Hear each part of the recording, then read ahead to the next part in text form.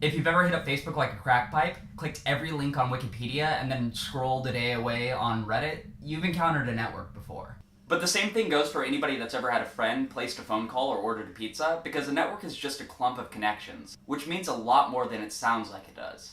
Because of sites like Facebook and Twitter, the term social network comes up a lot these days. And you probably heard it alongside the very creative term for the people that study it called social network analysts.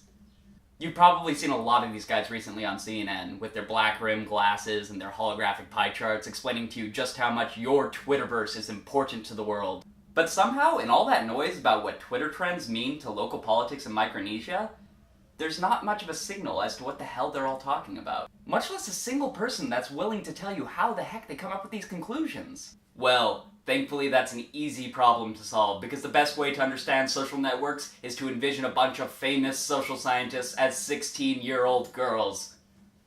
Let's dig in.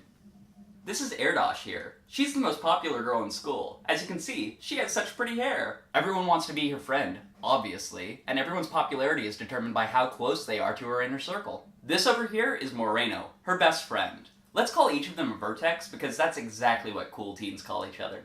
And we'll call this line between them an edge. It's just a point of connection between the two vertices. Vertices being plural for vertex. Since they're connected, we'll call the two of them a connected component, and the same thing goes for anyone else that's connected to them. That makes them all part of this one huge connected component that is the social sphere at their high school. As you can see, Erdosh is friends with a ton of people. Or at least they think she's their friend, but people like Saucin here only get to hang around because she's friends with Moreno, and Moreno's known her since elementary school, and it's awkward. However, by going from vertex to vertex, we can see that they're all connected by a string of edges, and that makes them part of the same component. Okay, vocabulary drill is over. Here's the whole school. This is her inner circle. They stay up every night on the phone until about 3 a.m. discussing every piece of gossip in the school, and generally determining what is and is not cool at their high school. They're basically one living organism, with an uber cool lunch table shared between them. And outside of this clique are a bunch of people that are friends with only a few members of the inner circle. People like Hayek and Mill here, who are only friends with people like Weber. They're kind of connected, but kind of not. They're not at the same lunch table. But with Weber, they talk. Oh, they talk, and they have all the juicy gossip. Like the time that the formerly hottest guy in school was boking it behind the dumpster and crying? Yeah, they saw that, and because they're friends with Weber, and Weber's a friend of Erdosh, the whole school knows now.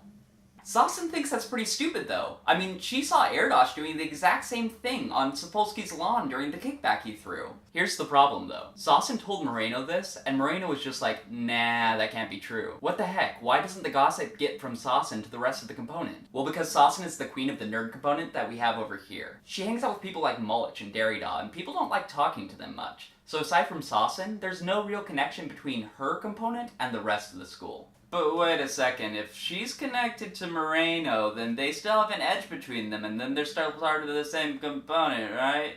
Well, sort of. But somehow gossip just doesn't transfer along the edge of connection in the same way that it does for all the other vertices in the component. We might call this a low-quality connection, meaning that it doesn't transmit information as well as do other edges between other vertices. But we might also say that it's directional. Directional relationships are actually really simple. It just means that information only goes one way. Think of this like on Twitter, where you can subscribe to somebody without being subscribed back to, as opposed to a situation like Facebook, where you have to be connected between two people. We see this exact same directional relationship when we look at crushes. Here are all the people that have crushes on Erdosh. All of them have a directional crush edge on her, but she doesn't share them back. Her crush edge is on Mullich over here, and she can't date him because he's a nerd, and he doesn't really like people that only care about popularity and the best haircuts. Jeez, high school's complicated. But at least we can see how information travels better in non-directional situations and large components. Networks aren't always about high school gossip circles, but they always do tend to resemble them. If you're familiar with things like Tumblr, you're aware of how components can be divided like the nerds and the popular kids are.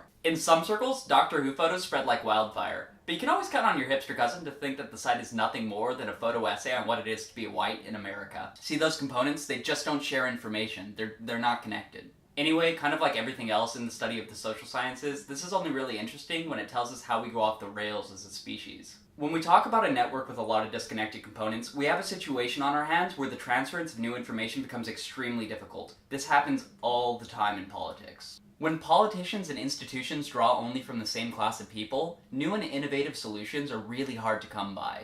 Even though they might exist in the world, they're not being heard. Unfortunately, we see this all the time in our own society. The ideas in politics tend to be very stagnant, and they don't target groups that are not currently in power. Having and creating means to break down these barriers of connection tends to be one of the most vital things to a vibrant democracy. And most importantly, from the study of networks, we learn how to affect change in the world. Good ideas and bad ideas are equally as dependent upon networks to pass them around and make them into reality. So it's imperative that you go out in the world and spread your connections. Let others know why they should share an edge with you. Expand your brilliance and your creativity and allow other people to latch onto it. In a digital age, it's easier and easier to bypass the barriers that previously kept connection from happening. What's important is that we have enough connections that good ideas reach new ears, and that we're willing to step outside of our comfort zone long enough to seek out connections where we might not have before. That's really the only way to guarantee that someday on CNN, instead of discussing inane Twitter responses, they may actually be discussing viable solutions to the problems that we face daily. And while all the discussion of networks can sound very wordy and above your head, it's really just the gossip circles in high school with new words added to it. So, like everything else, we're going to come back to this in some form or another throughout the series. But until then, peace until next week. God, I've really got to stop taking these glasses on and off. My eyes are just like swimming from the confusion.